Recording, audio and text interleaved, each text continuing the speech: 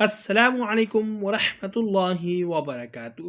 دوستو، قرآن مجید کی ایک بہترین دعا یہ بھی ہے کہ اگر آپ چاہتے ہو آپ اور آپ کی اولاد نماز کی پابند رہے تو آپ اس دعا کو اپنی دعاؤں میں شامل کریں اور اٹھتے بیٹھتے چلتے پھرتے اس دعا کو اپنا معمول بنائیں اور اپنی اولاد کے لیے خصوصاً نماز کی پابندی کی دعا کریں۔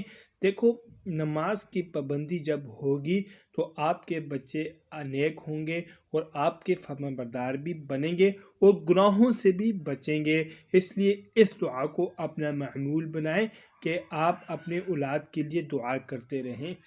اعوذ باللہ من الشیطان الرجیم، بسم اللہ الرحمن الرحیم۔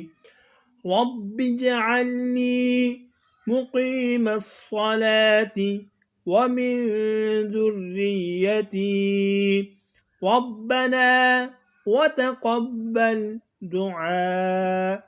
یہ سورہ ابراہیم کی آیت نمبر 40 ہے اور یہ بہت ہی آسان ہے۔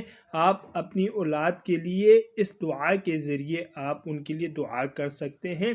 مزید اچھی ویڈیوز کے لیے چینل کو لازمی سبسکرائب فرمائیں۔ جزاکم اللہ احسن الجزاء۔ طالب دعا قاری محمد آصف۔